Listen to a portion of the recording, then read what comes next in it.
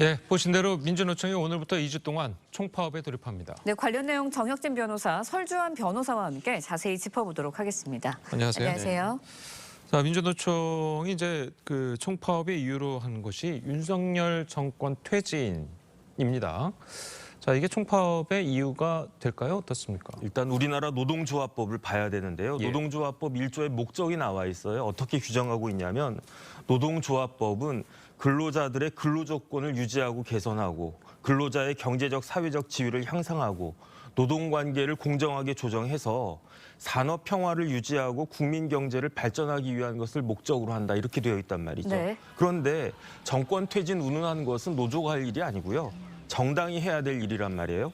그 양경수 위원장이 뭐라고 이야기를 했냐면 지금 우리 사회에서 모든 영역에서 퇴행하고 있는 현실을 바로 잡아야 한다. 그렇기 때문에 파업을 한다. 이렇게 이야기를 했는데 그러면 양경수 위원장은 더 이상 민노총 그 위원장 할 것이 아니라 민주당이든 뭐 정의당이든 아니면 당을 만들든지 해서 스스로 정치를 해야지 이런 식으로 그 노조를 이용하는 것은 그건 타당하지 않다라고 판단이 됩니다. 네, 말씀 주신 것처럼 일각에서는 그렇다 보니까 정치 파업 아니냐 이런 비판이 일고 있거든요. 네, 일단 그렇지만은 저는 뭐 그 내용이라든지 어떤 형식에 있어서 저는 그럴 수도 있다고 봐요. 그렇지만 지금 민노총에서 걸고 있는 것이 주 69시간제로 대표되는 언론 근로시간 개편에 대한 그 윤석열 정부의 지금 노동개혁, 그다음에 네. 건설노조를 중심으로 한 노조 탄압, 그다음에 노조 회계자료 제출 요구에 대한 과태료 부과라든지 그다음에 이번에 지금 대통령실의 국민 제안으로 좀 되고 있는 예. 집회 제한, 집회 시위 금지 및 제한 등에 관한 지금 여론조사를 진행하고 있는데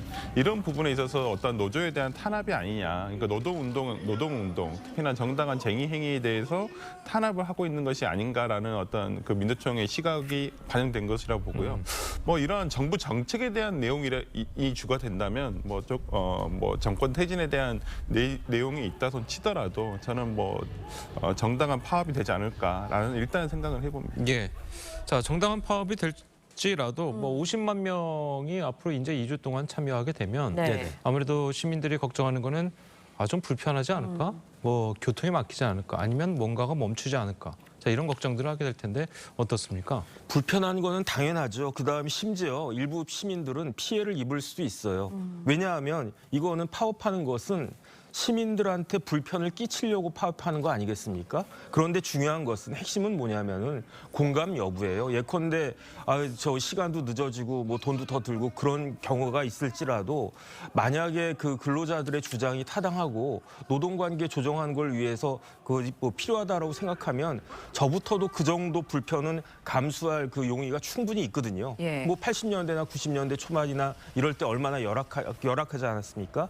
그런데 지금 이야기하는 것들이 저런 정치 파업이 얼마나 시민들한테 공감을 얻을 수 있겠는가. 저희 대학 다닐 때는요. 귀족 노조란 말이 다른 나라 이야기인 줄만 알았어요. 뭐 영국이나 유럽에 잘 사는 나라들. 그런데 지금 이미 우리나라에도 귀족 노조들이 있지 않습니까?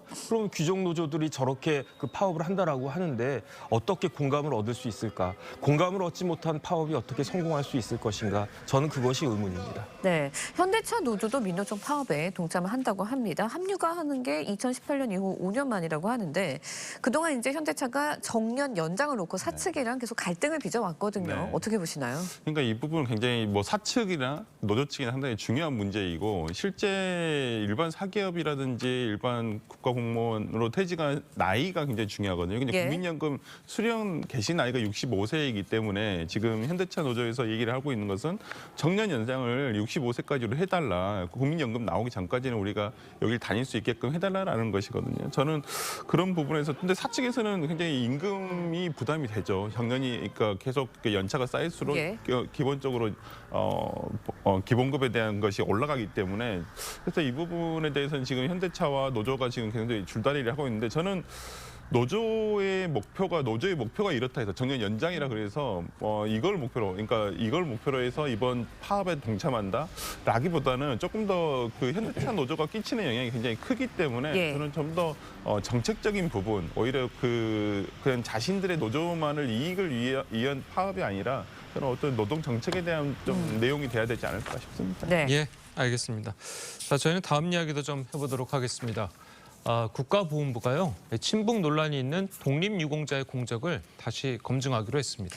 네, 손혜원 전 의원의 부친과 고 김원웅 전 광복회장의 부모가 재검토 대장에 올랐습니다. 황병준 기자의 기사 보시고 이야기 이어가겠습니다. 2018년 국가보훈처가 손혜원 전 의원의 부친 손용우 씨를 독립유공자로 선정하자 당시 야당이던 자유한국당은 손 씨의 간첩 혐의와 기존 심사에서 6차례 탈락했던 점을 비판했습니다. 48년에는 난파되어 지하 공작을 했다 그러고 6.25 당시에는 북한의 중앙정치국과 접선해서 활동을 했다.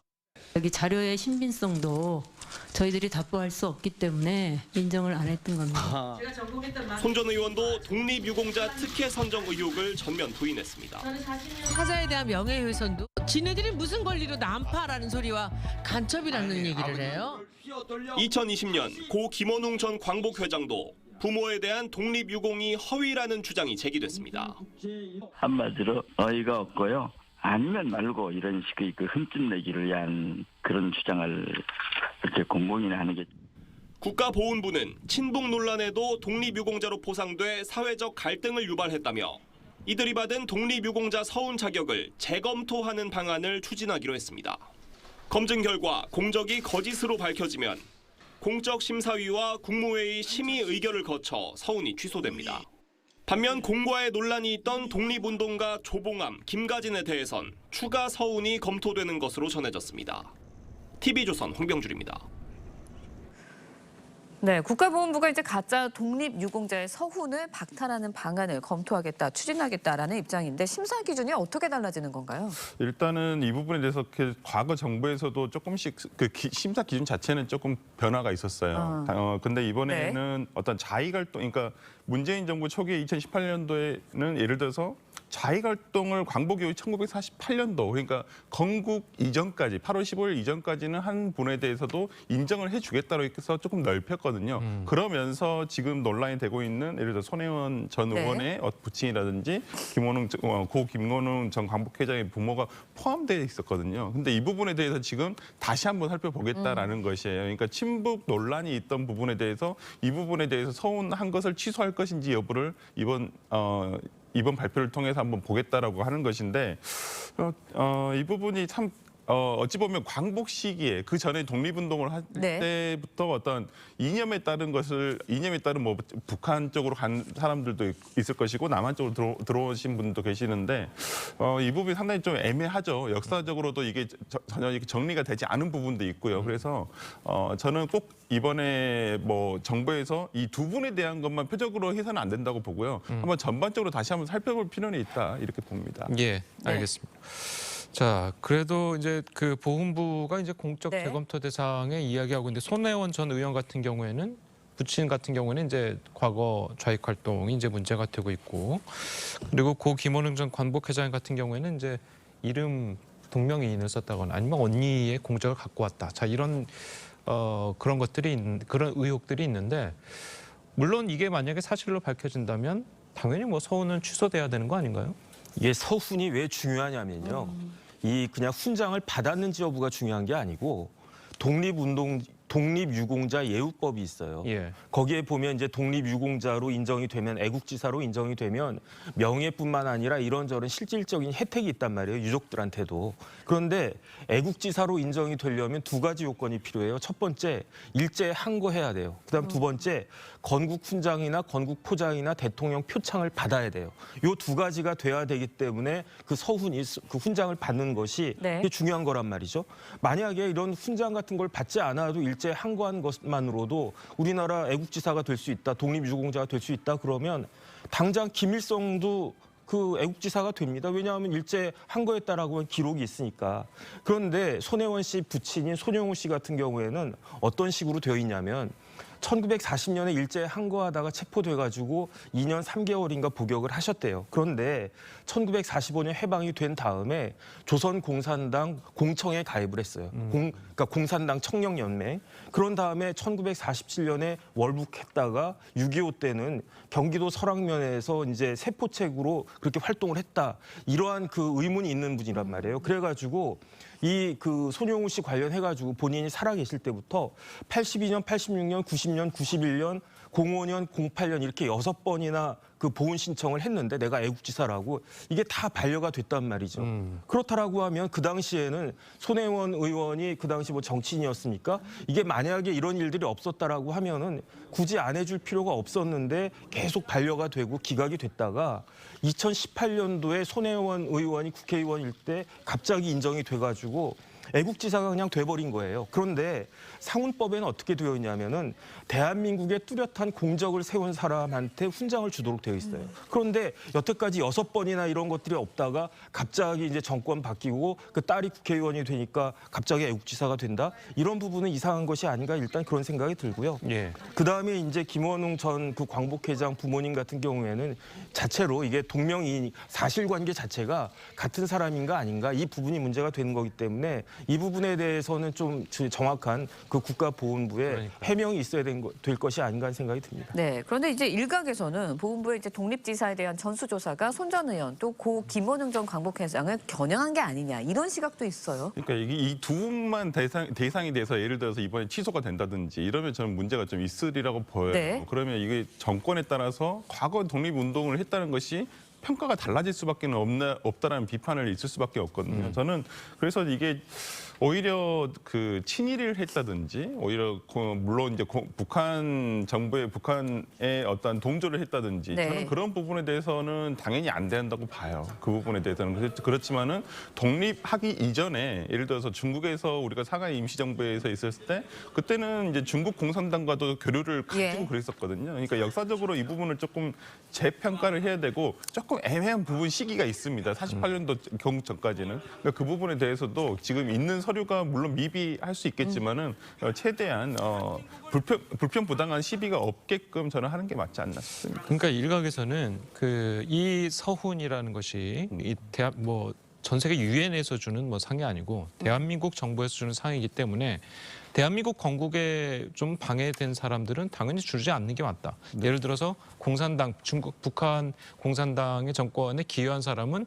당연히 이 상을 취소해야 되는 게 맞다라는 주장에 대해서는 어떻게 생각하세요? 네, 당연히 일단 예를 들어서 이 독립운동가에 대한 서훈 자체가 예를 들어 독립운동가라서 치더라도 예를 들어서 김일성과 함께 북한 당시의 정부 수립에 기여를 한 사람에 대해서는 대한민국 네. 민주주의 정부이기 때문에 받아들일 수는 없죠. 당연히 이 부분 당연한 거라고 저는 생각을 하고요. 예. 그러한 점에서 지금까지도 예를 들어서 김원봉에 대한 네. 그 역사적 평가와 독립운동 서훈에 대해서도 항상 문제가 됐었기 때문에 저는 이 부분에 대해서는 다시 한번 좀 볼 필요가 있고 근데 이러한 것들이 조금 억울하실 수도 있어요. 왜 그러냐면 역사적 어떤 문건이라든지 이런 부분들이 좀 미비한 경우 굉장히 많거든요. 그렇기 때문에 전 보훈부에서 이번에 어떤 독립유공자에 대한 애국지사 이 훈포장에 대한 아니면 서훈에 대한 것도 조금 기준을 정할 필요가 명확한 기준을 한번 정해 볼 필요가 있지 않냐라는 생각도 한번 해요. 알겠습니다. 네. 그런가 하면 이제 보훈부에서 공가 논란이 있던 인물들의 추가 서훈도 검토하고 있는 것으로 알려지고 있어요.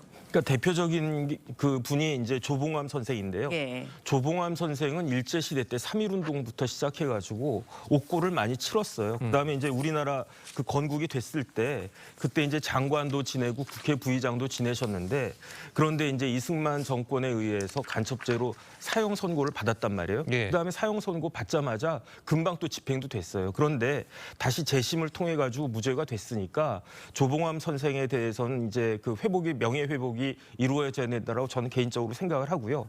김가진 선생 같은 경우에도 1910년 우리나라 경술 국치 때 일제로부터 남작 자귀를 수여받은 적은 있었지만 하지만 그 10년 정도 뒤나 그 뒤가 후인 그 3.1운동 때는 그 대동단 총재로서 3.1운동에서 이제 큰 역할을 하셨고 그 다음에 이제 김좌진 장군이 이끌던 북로 군종서 있지 않습니까? 그런 부분들에 있어서도 이제 또 고문도 역할도 하고 그러셨으니까 김가진 선생에 대해서도 재고가 필요한 것이 아닌가 하는 생각이 듭니다. 네. 예, 알겠습니다. 자, 오늘 말씀은 여기까지 듣겠습니다. 잘 들었습니다. 고맙습니다.